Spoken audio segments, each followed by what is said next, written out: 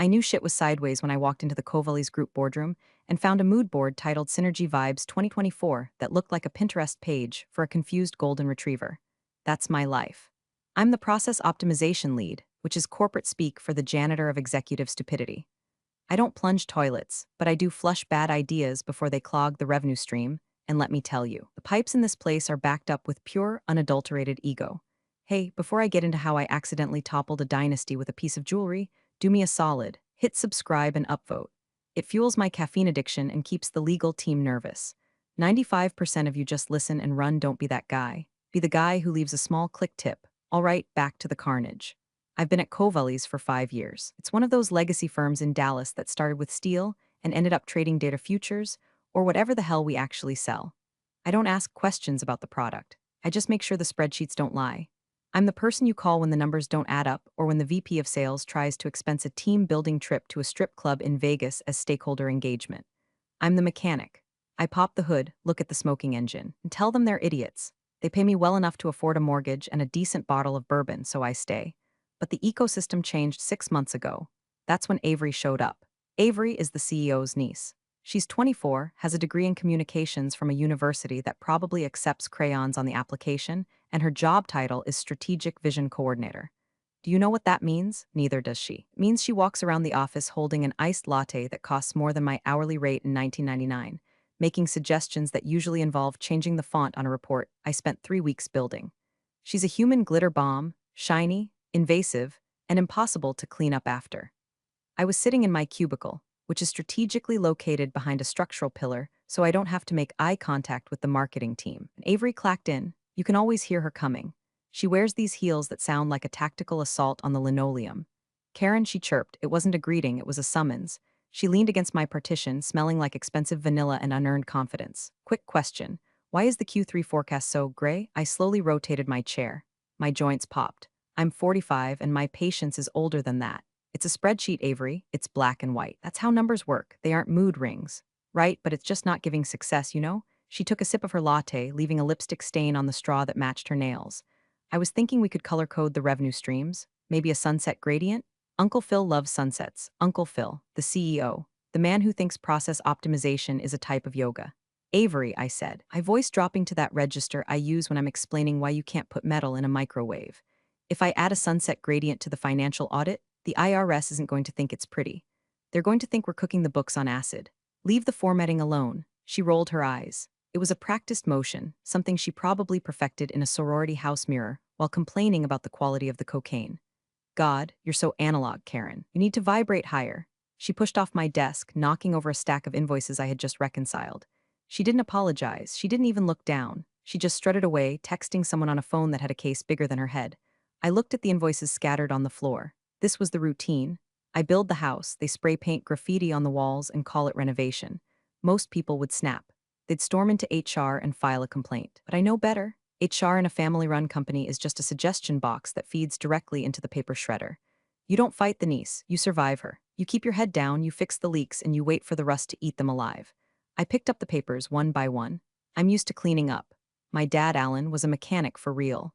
Not a corporate one like me, but a grease under the fingernails, pack of reds in the sleeve guy. He taught me that machines don't care who your daddy is. If you don't maintain the pressure, the boiler explodes. It doesn't matter if the CEO is standing next to it or the janitor. Physics is the great equalizer. In Kovali's group, this place was a boiler with the safety valve taped shut.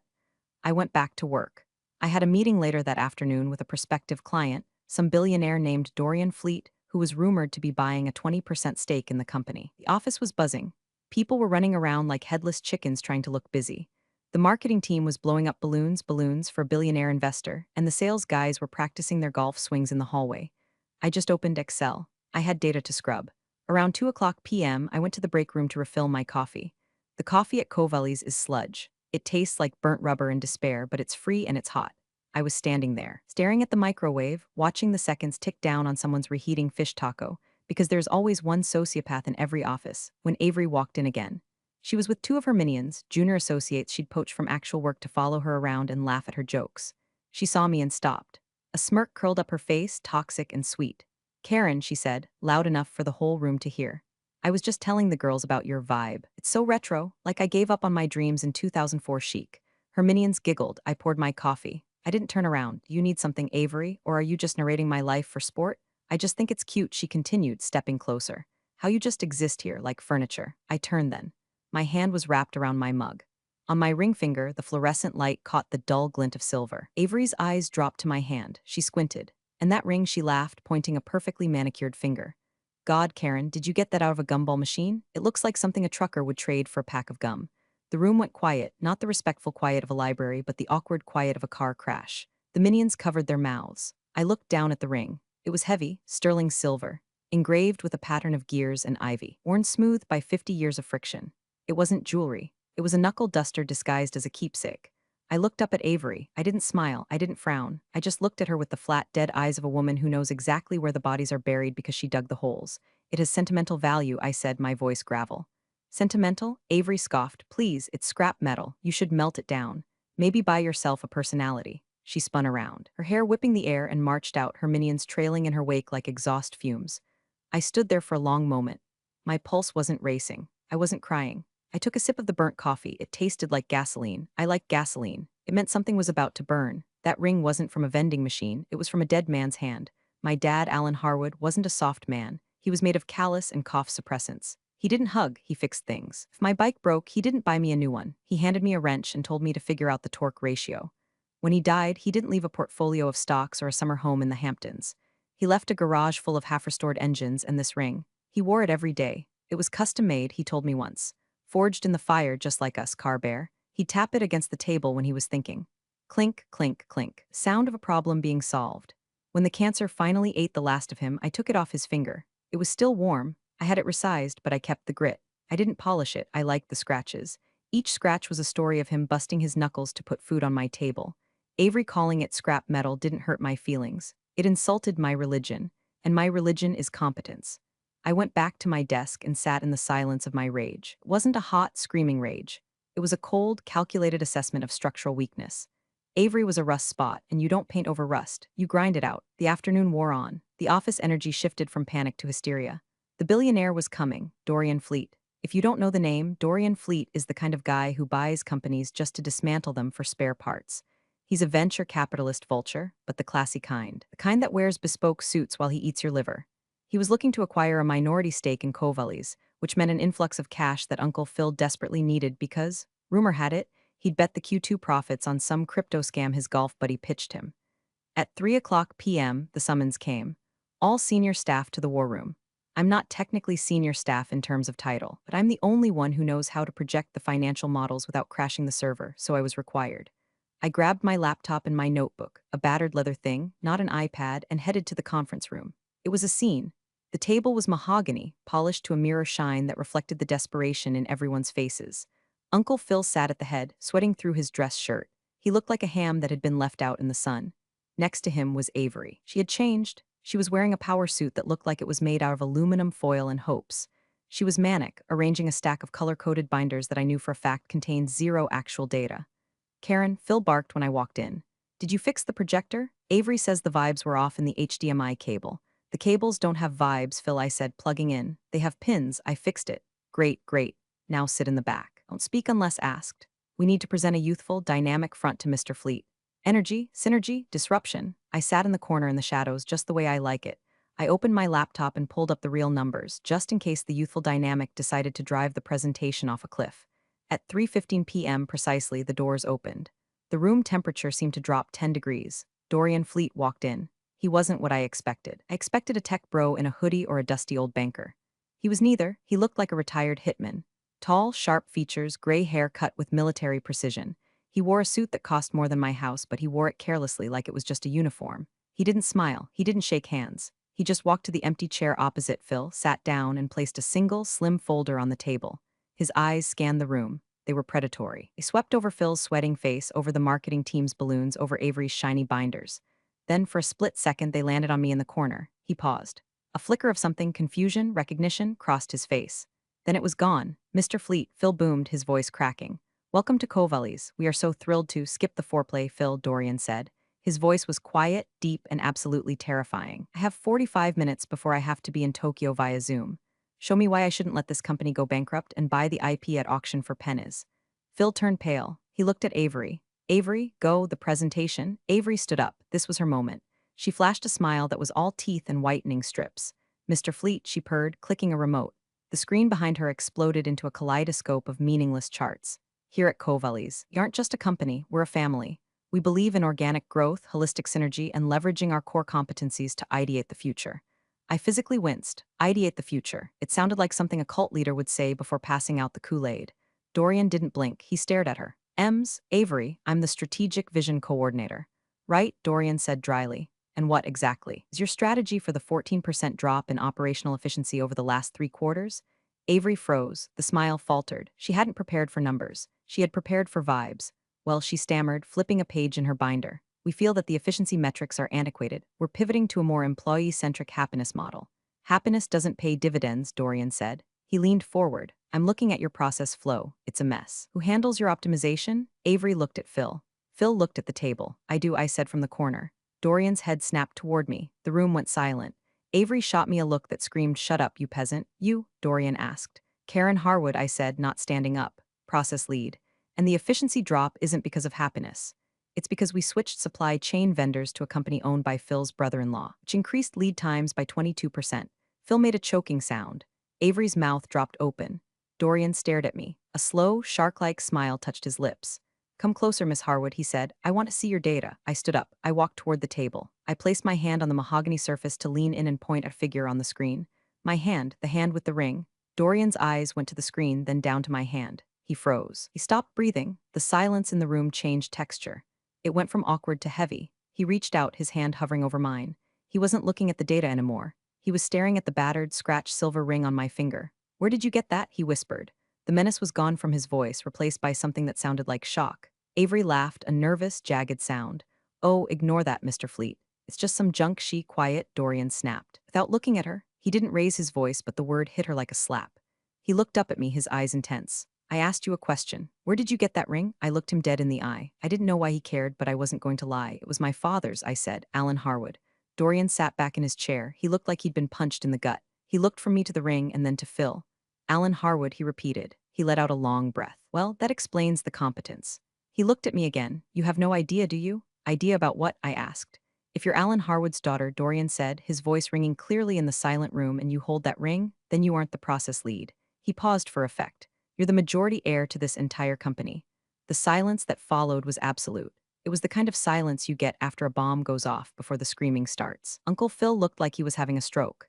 His face went from ham pink to ash gray. Avery looked like someone had just told her that Gucci was discontinued.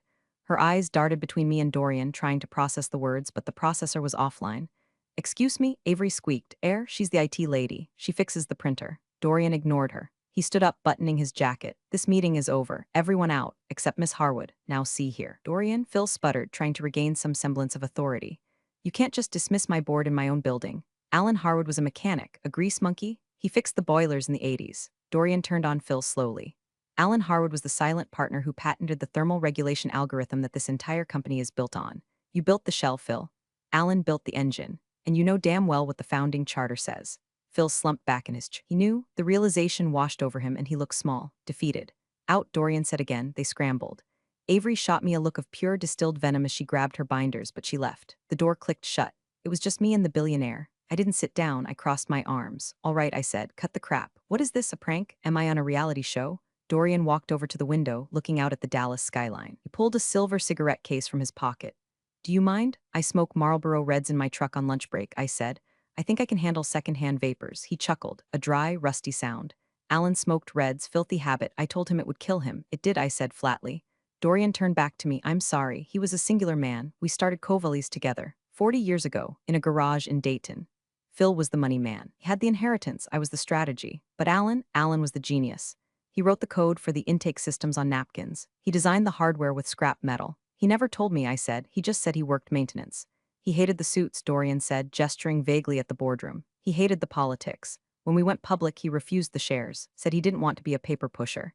He took a cash buyout and walked away, or so we thought. Dorian sat on the edge of the table. But he didn't trust Phil. He knew Phil was a corner cutter, so he made a stipulation in the charter, a dead man's switch. He kept a 51% controlling interest in a dormant trust, locked behind a physical key. He pointed to my hand. The ring? I asked, looking at the beat-up silver. You're telling me this ring is a key? It's jewelry, not a USB drive. It's not digital, Karen. It's symbolic, but legally binding. The charter states that the trust activates only when the bearer of the founder seal is recognized by a fellow founding partner. That clause was buried so deep even the IRS missed it. It was Alan's way of ensuring that if the company ever lost its way, his bloodline could step in and reset the breaker. My head was spinning. It was absurd. It was something out of a bad movie. But it also sounded exactly like my dad. He loved fail-safes. He loved hidden latches and secret compartments. So I said, trying to steady my voice, "Because you recognized the ring?" "I triggered the clause," Dorian said. "As of 10 minutes ago, when I acknowledged you as Alan's heir in front of witnesses, the trust unlocked. You own 51% of Kovali's group. Phil owns 30%, the public owns the rest." I sank into a chair. "I own the company? Technically, yes. Effectively, not until we file the paperwork. But the law is on your side." Suddenly, the door burst open. Avery marched in, phone in hand. She had clearly been rallying courage in the hallway. "This is ridiculous," she shouted. "I just Googled it. There's no Alan Harwood on the board list. You're lying. She's just a sad, middle-aged woman who..." Dorian didn't even look at her. "Karen," he said to me, "would you like to handle this, or should I?" I looked at Avery. She was vibrating with entitlement. She looked at me like I was dirt on her shoe. For 5 years, I had fixed her mistakes. I had covered for her incompetence. I had listened to her mock my clothes, my car, and my life. She had called my father's ring trash. Something inside me clicked. It was the sound of a safety valve finally blowing. I stood up. I walked over to Avery. I was taller than her when she wasn't wearing those ridiculous stilts she called shoes. "Avery," I said. My voice was calm. Dangerously calm. "What?" she snapped. "Are you going to fix the AC because it's hot in here?" "No," I said. "I'm going to optimize the process." I turned to Dorian. "How fast can we get legal here?" Dorian checked his watch. "My team is already in the lobby. They travel with me." "Good," I said. I looked back at Avery. "Get out of my office." "Your office?" She laughed. "This is the boardroom." "Exactly," I said. "And I'm the chairwoman. Get out. And take your mood board with you." Avery stared at me, mouth agape. She looked to Dorian for help, but he was just smiling that shark smile. "You heard the lady," Dorian said. Avery stomped her foot, literally stomped it like a toddler, and ran out. I looked at Dorian. "I need a cigarette." "Me too," he said. We didn't smoke in the boardroom. We went to the roof. The roof of the Kovali's building is a gravel-covered wasteland of HVAC units and pigeon crap. It's my favorite place in the building. I know every chiller unit up here by serial number. I know which intake fan rattles when the wind hits north-northeast.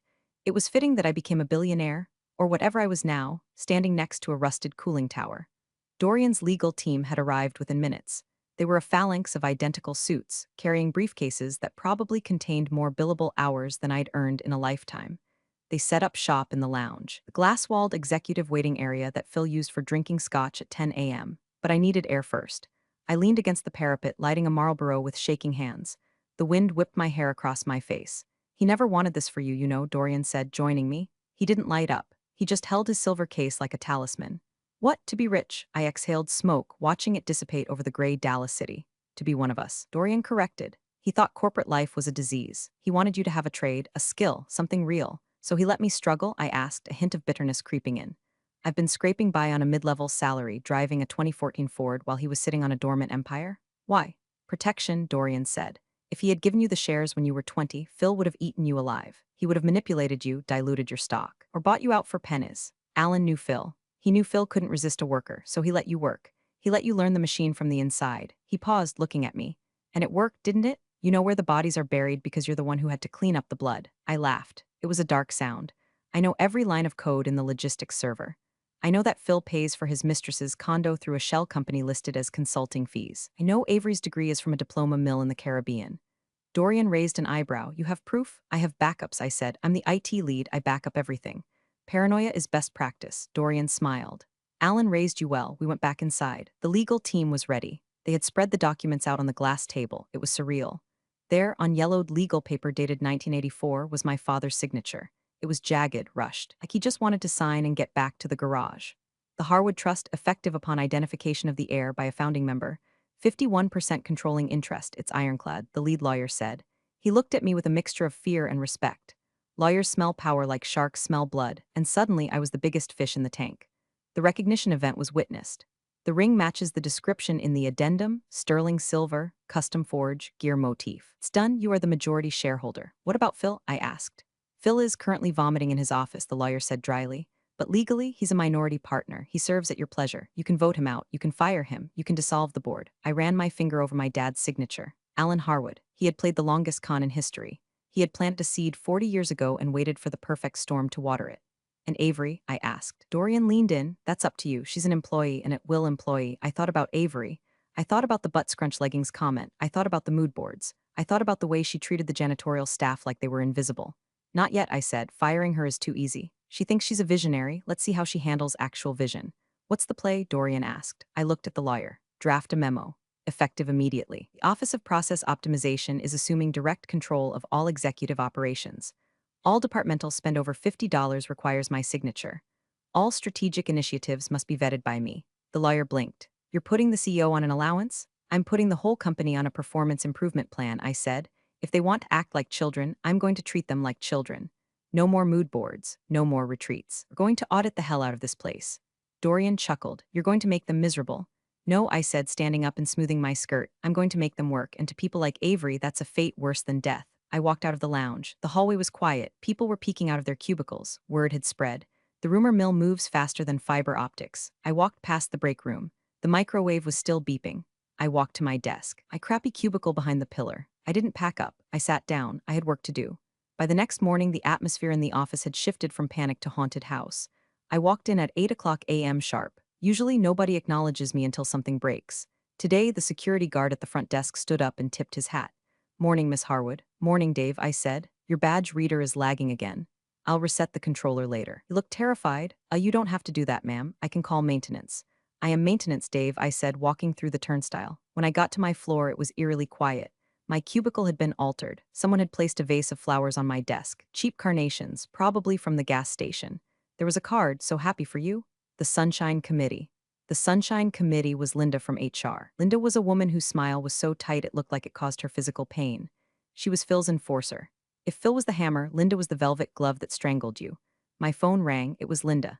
Karen, she chirped, or should I say Miss Harwood? Haha. Listen, Phil and I were hoping to have a little sync-up. Just a quick touch base about transitions. I'm busy, Linda, I said, logging into my computer. I now had admin rights to everything. And I mean everything. Little lock icons on the folders were all green open padlocks. It was beautiful, oh, of course. But Phil is really insistent. He's in the executive suite.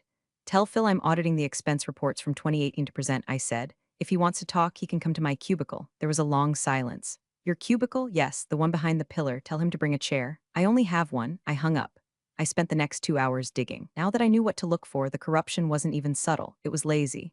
Phil had been draining the company dry, consulting fees to a firm in the Caymans.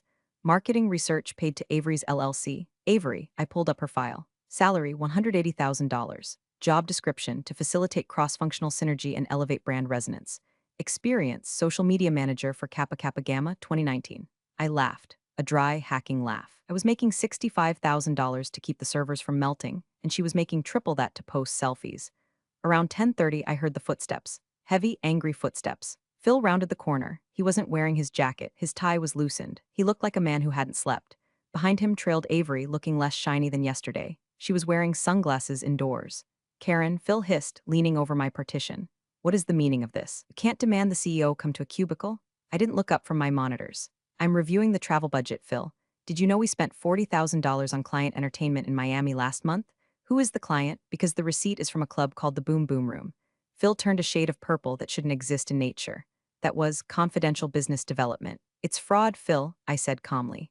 And since I'm the majority shareholder, that's my money you're stuffing into G-strings. Avery piped up. You can't talk to him like that. He's your boss. I spun my chair around. Actually, Avery, according to the bylaws, which I just read, the majority shareholder has the right to freeze executive assets pending an internal audit, which I did. About 10 minutes ago, Phil's eyes bulged. You froze the accounts? Company credit cards are suspended, I said. Also, I revoked your parking pass. You're in a visitor spot now. Hope you paid the meter. They tow after 2 hours. You bitch. Avery screamed. She lunged forward, but Phil held her back. Avery stopped. Phil was sweating profusely. He realized the gravity of the situation. He wasn't dealing with an employee anymore. He was dealing with a hostile takeover from the inside. Karen, Phil said, his voice trembling. Let's be reasonable. We can work this out. A raise, a bonus, a corner office. I don't want a corner office, I said. I like this spot. It's near the server room. The hum soothes me. I stood up. I want you to resign, Phil. Resign? He laughed nervously. You can't be serious. I built this brand. You built a shell, I corrected, using Dorian's words. And now the shell is cracking. You have 2 choices. Resign with a severance package that I will determine based on how much you actually stole. Or I release the Boom Boom Room receipts to the board and the IRS. Phil looked at Avery. Avery looked at her phone. I need time, Phil whispered. You have until 5 o'clock p.m., I said. Now get out of my cubicle, you're blocking my light. They retreated. It was a rout. I sat back down. My hands were shaking slightly, not from fear, from adrenaline. It was the same feeling I got when I finally traced a complex electrical short after hours of searching. Feeling of finding the fault line. I picked up the phone and dialed Dorian's number. It's done, I said. Phil is crumbling, and the niece, Dorian asked. She's next, I said. I have a special project for her. Power is weird. People think it's about shouting or wearing expensive suits. It's not. Power is having the admin password. I didn't move offices. I stayed in my cubicle. It unnerved them.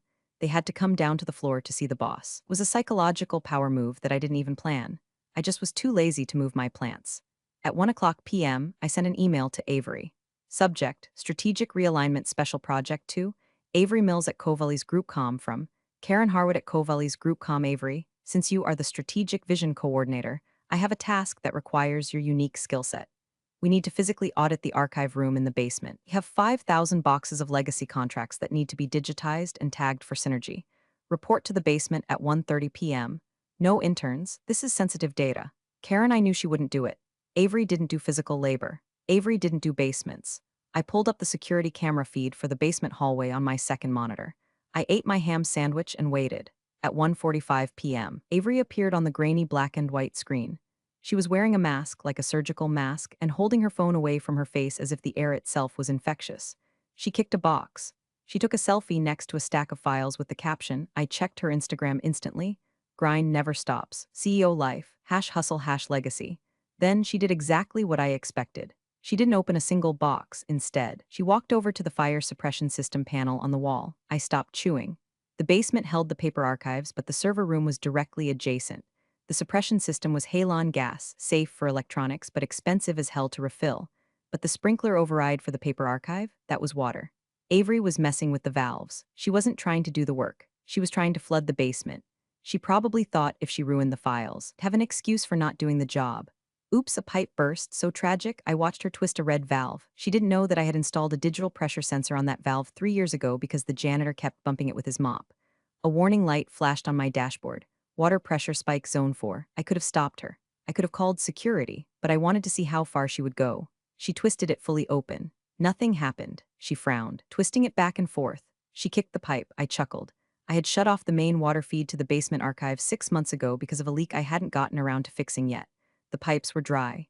Avery pulled out her phone and called someone. I tapped into the internal VoIP line. She was calling Phil. Uncle Phil, the pipe won't break, she hissed. What do you mean it won't break? Phil's voice sounded strained. Just open the valve. I did, it's dry. This whole building is garbage.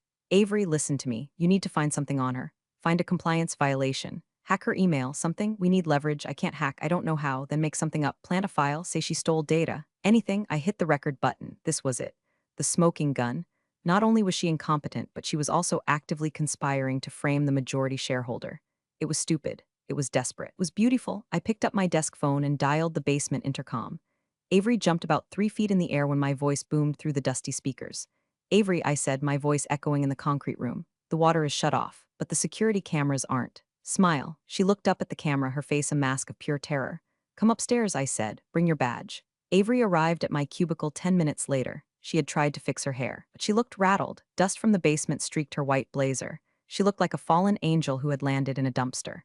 Dorian was there too. He had come down from the lounge to watch the show. He was leaning against the pillar, looking amused. You were spying on me, Avery accused, pointing a finger at me. That's illegal, violation of privacy. It's a secure facility, Avery, I said, not looking up from my screen. You signed the consent form when you took the badge. Paragraph 4, Section C, all activities on company property are subject to monitoring. You should read the things you sign. I was checking the valve, she lied, her eyes wild. I thought it looked loose. I was trying to fix it. Really? I asked. Because I have a recording of you asking your uncle why the pipe wouldn't break. I hit play. The pipe won't break? Just open the valve. We need leverage. The audio was crisp. I had upgraded the microphones myself last year. Avery went pale. She looked at Dorian. Mr. Fleet, surely you can see this is AI. She faked it. Deep fakes. Dorian laughed. It was a genuine laugh this time. You think she deep-faked a conspiracy in real time? You give her too much credit and yourself too little. He looked at me. She's all yours, chairwoman. I stood up. I walked around the desk. I stood in front of Avery. You know, I said quietly. I didn't mind the incompetence. Every company has dead weight. I can carry dead weight. I'm strong. I took a step closer, but I do mind the disrespect. You mocked my father's ring. You mocked my work. You mocked the people who actually keep this lights on. You think you're better than us because of your last name, but names don't keep the boiler running, Avery. Sweat does. I held out my hand, badge, phone, laptop, now. Avery stared at me, her lip trembled. Tears started to well up, big, crocodile tears meant to garner sympathy. But where will I go? She whispered. This is my career. You don't have a career, Avery, I said. You have a nepotism scholarship, and it just expired. She slowly reached into her purse and handed me her badge, then her phone. The laptop is in my office, she sniffled. Security will retrieve it, I said.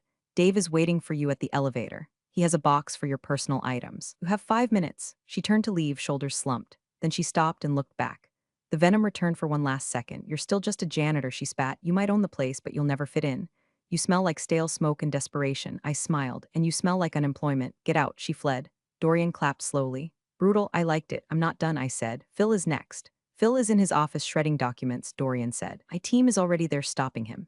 Good, I said. I don't want to fire Phil. Dorian looked surprised. No, no, I said. Firing him gives him a golden parachute. He has a clause in his contract. If he's terminated without cause, he gets $2 million. And with cause, he gets nothing. Do you have cause? I pointed to my screen where the boom boom room receipt was still glowing. I have cause. I have 5 years of cause. But I don't want to fire him yet. And what? I want to demote him, I said. I want to put him in the basement. Dorian's eyes widened. You're joking. He started as a manager. He forgot what the work is like. I think he needs a refresher course. I'm going to offer him a choice, immediate termination with legal action for embezzlement, or he becomes the new archive clerk. Dorian stared at me for a moment, then burst out laughing. You are definitely Alan's daughter. That is twisted. It's not twisted, I said, lighting a cigarette right there in the cubicle. It's process optimization. I'm putting the resources where they fit best. The emergency board meeting was scheduled for 4 p.m. I didn't change my clothes. I was still wearing my slacks and my cardigan. I didn't want to look like them. I wanted them to know exactly who was beating them. The boardroom was full.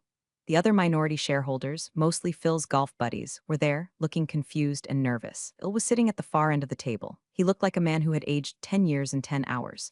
Dorian sat at my right hand. I walked to the head of the table, Phil's chair. Excuse me, Phil, I said. You're in my seat. Phil looked up. His eyes were red. He looked at the other board members, hoping for an ally. Nobody moved. They had seen the legal memos. They knew the score. Phil slowly stood up and moved to a side chair. I sat down. The chair was ergonomic mesh. Too soft? All right, I said, placing my notebook on the table. Let's keep this brief. I have actual work to do. I looked around the table. As of today, the Harwood Trust has exercised its controlling interest. I am the acting CEO and chairwoman of the board. A murmur went through the room. One brave soul, a guy named Chad who wore too much cologne, raised his hand. Karen, no offense, but do you have any executive experience? You're the IT support, right? I looked at Chad. I know that you use your company laptop to mine Dogecoin, Chad. I suggest you stop asking questions before I audit your hard drive. Chad shut up immediately. Now I continued, regarding Philip. All eyes turned to Phil. We have discovered significant irregularities in the financial reporting, I said, sliding a file folder down the table. Embezzlement, fraud, misuse of corporate funds. The board gasped. Phil put his head in his hands, however. I said, Phil is family, and we value legacy. I looked at Phil. I am offering you a settlement, Phil. You will repay the stolen funds, will garnish your wages, and you will remain employed at Covelli's group. Phil looked up, hope flickering in his eyes. Really? Karen, thank you, I can stay on as? As the archive manager, I said. In the basement. The room went dead silent. The basement? Phil whispered. We have 5,000 boxes that need scanning, I said. It's a big job. It requires synergy. And since Avery is no longer with us, the position is open. Salary is $45,000 a year, no benefits, you start Monday. Phil stared at me. He looked at the folder of evidence, the strip clubs, the shell companies, the fraud. He knew if I went to the police, he was looking at 5 to 10 years in federal prison. Phil swallowed hard. I accept. Good, I said. Don't wear a suit, it's dusty down there. I stood up. Meeting adjourned. Get back to work. I walked out of the room. I could feel their eyes on my back. Fear, respect, terror. It felt good. Dorian walked with me to the elevator. You're terrifying, he said. I'm efficient, I corrected. So what now? You going to buy a yacht, a penthouse? I looked at the elevator buttons. No, I'm going to buy a new AC system for this building. The current one is garbage. Dorian smiled. You know, Alan would have loved this. He would have laughed his ass off. Looked down at the ring. Yeah, he would have. A week later, Dorian insisted on taking me to dinner. Not a business dinner, but a victory lap. We went to the most expensive steakhouse in the city, the kind of place where the waiters wear tuxedos and judge your shoes. I wore my work clothes. I didn't care. I owned the company that probably owned the building. We were halfway through our ribeyes when I saw her. Avery, she wasn't eating. She was working. She was the hostess. Apparently, social media skills didn't transfer well to the job market, and her uncle couldn't bail her out anymore because he was currently sorting invoices in a windowless basement. She saw me. She froze. She was holding a stack of menus. I waved, a small, polite wave. She turned red, pivoted, and fled into the kitchen. Was that the niece? Dorian asked, sipping his wine. That was the glitch, I said. Glitch resolved. I took a drink of my bourbon. It was smooth. expensive. But honestly, I missed the burn of the cheap stuff. So Dorian said, "You fixed the company, you purged the rot, you have the power. Are you happy?" I thought about it. Was I happy? I was tired. I had spent the last week firing useless VPs and renegotiating vendor contracts. My back hurt from sitting in the ergonomic chair. But the hum of the office was different now. It wasn't the frantic buzz of anxiety. It was the steady thrum of an engine running clean. Engineers were talking to the sales team. The money was going into R&D, not mood boards. "I'm satisfied," I said. "The system is optimized." Dorian raised his glass to Alan, the mechanic who bought the world. I raised my glass to the ring, the key that started the engine. We drank. Later that night, I drove home in my 2014 Ford. I didn't upgrade my car. I liked knowing the quirks of the transmission. I pulled into my driveway and sat there for a minute, the engine ticking as it cooled. I looked at my hand. The ring caught the light of the street lamp. It was still scratched, still battered, still looked like something from a vending machine, but it was heavy. I took a drag of my cigarette and blew the smoke out the window. Turns out, you can't polish a turd, but you can definitely flush it. And if you have the right wrench, you can rebuild the whole damn bathroom while you're at it. I flicked the butt into the darkness. Back to work tomorrow. Phil probably jammed the scanner again. You're the real MVPs of the office jungle. Thanks for watching. Smash that subscribe button, or the coffee pot might just forget your next brew.